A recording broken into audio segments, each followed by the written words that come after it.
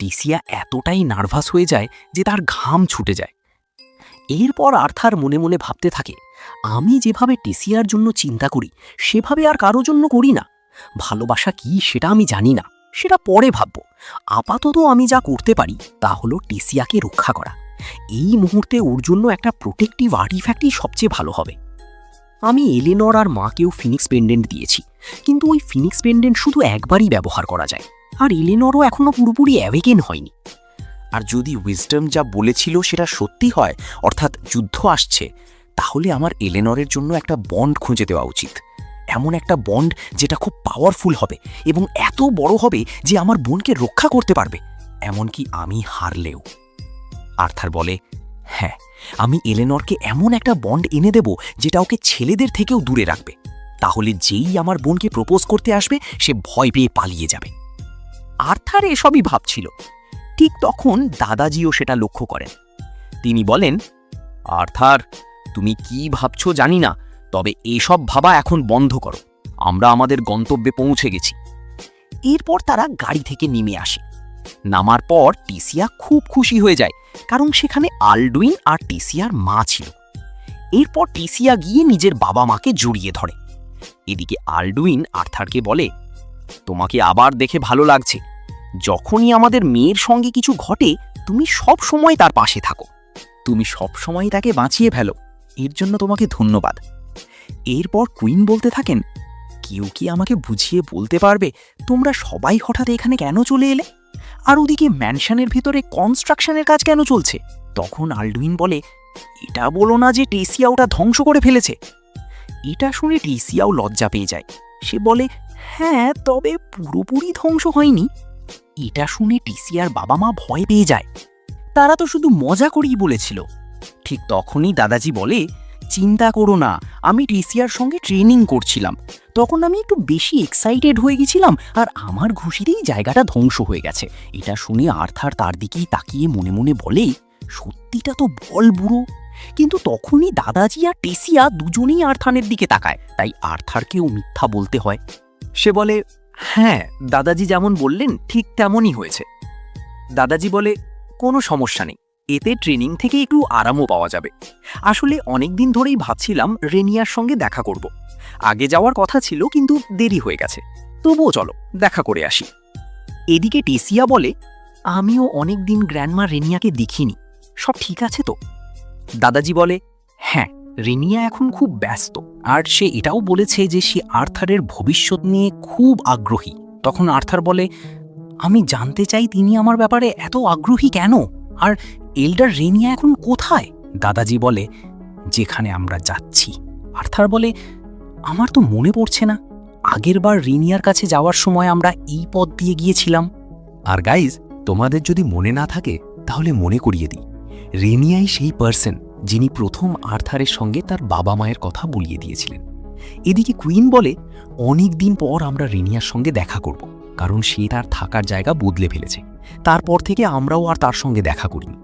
দাদাজিও বলে, হ্যাঁ, রেনিয়া সিদ্ধান্ত নিয়েছে যে সে রাজ্যের সীমান্তের কাছে একা থাকবে। কেন এমন করছে সেটা সে আমাকেও বলেনি, তবে শেষবার যখন আমি তার সঙ্গে দেখা করতে গিয়েছিলাম তখন সে অনেক ফাঁদ পেতে রেখেছিল, যার কারণে আমি কয়েকবার মরতে মরতে বেঁচেছিলাম। অবশ্য সেবার আমি আগে থেকে কিছু না জানিয়ে গিয়েছিলাম, তাই এমন হয়েছিল। কিন্তু এবার আমি আগে থেকেই জানিয়ে দিয়েছি যে আমরা আসছি, তাই সে যেন ফাঁদগুলো সরিয়ে ফেলে। তবুও সে আমাকে সাবধানে থাকতে বলেছে। আর্থার মনে মনে ভাবে, রেনিয়া যদি এত সাবধানতা নিয়ে থাকে, এত ফাঁদ পেতে রাখে, তাহলে নিশ্চয়ই কেউ তার পিছু নিয়েছে, যাদের থেকে সে দূরে থাকতে চায়। আসলে রেনিয়া কাদের থেকে নিজেকে বাঁচিয়ে রাখছে? পরের দৃশ্যে তারা সামনে এগিয়ে যায়। সেখানে সিলভি একটা ছোট ইঁদুরের মতো মনস্টার দেখতে পায় এবং তার পেছনে দৌড়ায়, কিন্তু মনস্টারটাও পালিয়ে যায়। এটা দেখিয়ে সিলভি নিজের পাওয়ার ব্যবহার করে তার দিকে একটা বিন ছুঁড়ে মারে এবং সেইভাবেই মনস্টারটাকে মেরে ফেলে। তারপর গিয়ে সেটাকে তুলে নেয়। এই দৃশ্যটা আলডুইনও দেখে ফেলে।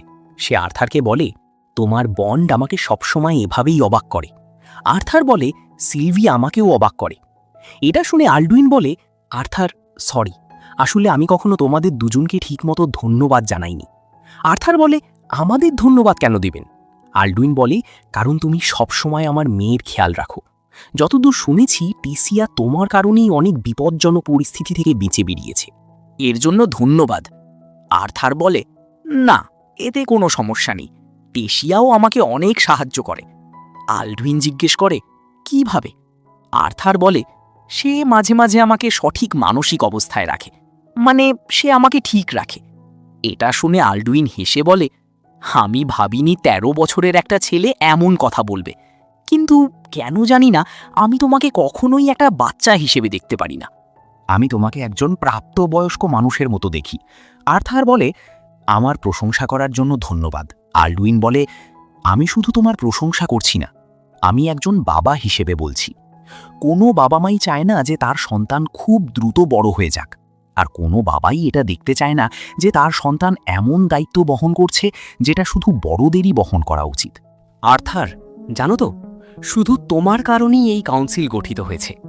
আর্থার বলে, আমার কারণে কিভাবে? আলডুইন বলে, সত্যি বলতে যুদ্ধের পর থেকে আমি মানুষকে ঘৃণা করতাম। মানুষের কারণেই আমি আমার মাকেও হারিয়েছিলাম। আমি কখনোই মানুষকে ক্ষমা করতে পারিনি।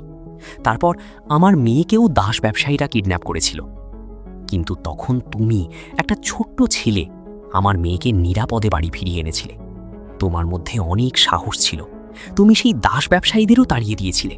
এমনকি আমার সামনেও দৃঢ়ভাবে দাঁড়িয়েছিলে। তুমি আমাকে ভালোভাবেই বুঝিয়েছিলে। তোমার কারণেই আমি মানুষকে ঘৃণা করা কমিয়ে দিয়েছি। তুমি আমাকে সেই অন্ধকার থেকে বের করে এনেছো। তাই শোনো আর্থার, আমার কোনো আপত্তি নেই যদি একদিন তুমি আমাদের পরিবারের সদস্য হয়ে যাও। বুঝতে পারছো তো আমি কি বলতে চাই? অর্থাৎ আলডুইন একভাবে আর্থারকে বলছিল, যদি সে তার মেয়েকে বিয়ে করতে চায় তাহলে তার কোনো আপত্তি নেই। এটা শুনে কুইন মেরিয়েলও আর্থারকে বলে, আলডুইন এখন তোমার সামনে খুব শান্ত থাকার অভিনয় করছে, কিন্তু সে অনেক দিন ধরেই আবার তোমার সঙ্গে দেখা করতে চেয়েছিল। এটা শুনে আলডুইনও লজ্জা পেয়ে যায় এবং বলে, এইসব কথা বলছো কেন? মেরিয়েল বলে, যদি তোমাদের ব্যক্তিগত কথা বলতেই হতো তাহলে একটা ব্যারিয়ার তৈরি করতে, কারণ কেউ কিন্তু তোমাদের সব কথা শুনে ফেলেছে। এরপর আমরা দেখি টেসিয়া ও আলডুইনের সব কথা শুনে ফেলেছিল, আর সেও খুব লজ্জা পাচ্ছিল। যাই হোক, এরপর আমরা দেখি তারা আবার সামনে এগিয়ে যায়। কিছু দূর যাওয়ার পর দাদাজি সবাইকে থামিয়ে বলে, সবাই শান্ত হও। সবাই সেখানেই থেমে খুব সতর্ক হয়ে যায়। ঠিক তখনই হঠাৎ তাদের পেছন থেকে কিছু একটা আসতে দেখা যায়। সবাই লড়াইয়ের জন্য পুরোপুরি প্রস্তুত হয়ে যায়। এরপর ঝোপের ভেতর থেকে একজন বৃদ্ধা বেরিয়ে আসে।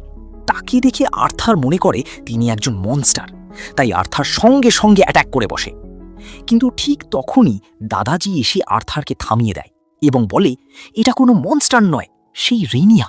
রিনিয়াও বলে, হ্যাঁ আমি রিনিয়া। তুমি আমাকে এভাবে তরোয়ার দিয়ে মারতে যাচ্ছিলে কেন? আমি তো শুধু তোমাদের নিতে এসেছিলাম, কারণ তোমরা দেরি করে ফেলেছিলে। এদিকে টেসিয়া রিনিয়াকে দেখে খুব খুশি হয়ে যায় এবং তাকে জড়িয়ে ধরে। রিনিয়াও টেসিয়াকে দেখে খুব খুশি হয় এবং তাকেও জড়িয়ে ধরে। পরের দৃশ্যে রিনিয়া সবাইকে নিজের বাড়ির দিকে নিয়ে যেতে থাকে। দাদাজি রিনিয়াকে বলে, আমার তো মনে হয়েছিল তোমার বাড়ির এন্ট্রেন্সে আমাদের দেখা হওয়ার কথা ছিল। রিনিয়া বলে, হ্যাঁ তাই ছিল, কিন্তু তোমাদের আসতে অনেক দেরি হচ্ছিল, তাই ভাবলাম তোমরা হয়তো পথ হারিয়ে ফেলেছ, তাই তোমাদের নিতে চলে এলাম। এটা বলেই তিনি আর্থারের গাল টেনে বলে, তোমাকে দেখিনি অনেক দিন, তুমি তো আগের চেয়ে অনেক বেশি হ্যান্ডসাম হয়ে গেছো। আমি যদি 100 বছর ছোট হতাম তাহলে তোমাকেই বিয়ে করতাম। আর্থার বলে, আপনি যখন হঠাৎ ঝোপ থেকে বেরিয়ে এলেন তখন আমি ভেবেছিলাম কোনো মনস্টার অ্যাটাক করেছে। আপনাকে দেখে তো আমার ভয়ে অবস্থা খারাপ হয়ে যাচ্ছিল। তাই বুঝতে পারছি না আপনার এই প্রশংসাকে ভালো বলবো নাকি খারাপ। এটা শুনে রিনিয়া একটু বিরক্ত হয়ে বলে, বিশ্বাস না হলে ভিরিয়নকে জিজ্ঞেস করো। আমি যখন ইয়াং ছিলাম তখন অনেক ছেলেই আমার সামনে এসে বসে থাকতো। ভিরিয়ন বলে, না তেমন কিছুই ছিল না, রিনিয়া মোটামুটি সুন্দর ছিল। কিন্তু তখন মিরিয়েল আর্থারকে বলে, রিনিয়া সত্যিই ঠিক বলছে। আমার মা সব সময় বলতেন আশেপাশের সব মেয়েরাই রিনিয়ার বিউটি দেখে জেলাস ফিল করত। এটা শুনে রিনিয়া বলে, তোমার কাছে তো আমি সাধারণই লাগব, কারণ তোমার তো শুধু একজনকেই ভালো লেগেছিল, অর্থাৎ তোমার ওয়াইফ। রিনিয়া আরও কিছু বলতে যাচ্ছিল, কিন্তু হঠাৎই তিনি বলে, আরে ভিরিয়ান, মাফ করো, ভুল করে কথাটা বেরিয়ে গেল। তোমার ওয়াইফের কথা মনে করিয়ে দেওয়া আমার উচিত হয়নি। এদিকে আর্থারও লক্ষ্য করে সবাই হঠাৎ চুপ হয়ে গেছে। রিনিয়া সবাইকে বলে, আচ্ছা এসব বাদ দাও, চলো তাড়াতাড়ি এগিয়ে যাই। আর্থার তখন রিনিয়াকে জিজ্ঞেস করতে যাচ্ছিল তিনি কোন মহিলার কথা বলছিলেন, কিন্তু মেরিয়েল আর্থারকে থামিয়ে দিয়ে বলে, জিজ্ঞেস করো না। তাই আর্থারও আর কিছু বলে না। এরপর তারা সামনে এগিয়ে যায় এবং রিনিয়া তাদের নিজের বাড়িতে নিয়ে আসে। আর এখন এর নেক্সট এপিসোড দেখার জন্য তাড়াতাড়ি এই চ্যানেলকে সাবস্ক্রাইব করে তার পাশে থাকা বেল আইকন ক্লিক করে অল নোটিফিকেশন সিলেক্ট করে দিও, যাতে নেক্সট এপিসোড আপলোড দেওয়ার সাথে সাথে তোমাদের কাছে নোটিফিকেশন চলে যায়। তো টেক কেয়ার অ্যান্ড আল্লাহ হাফিজ গাইজ।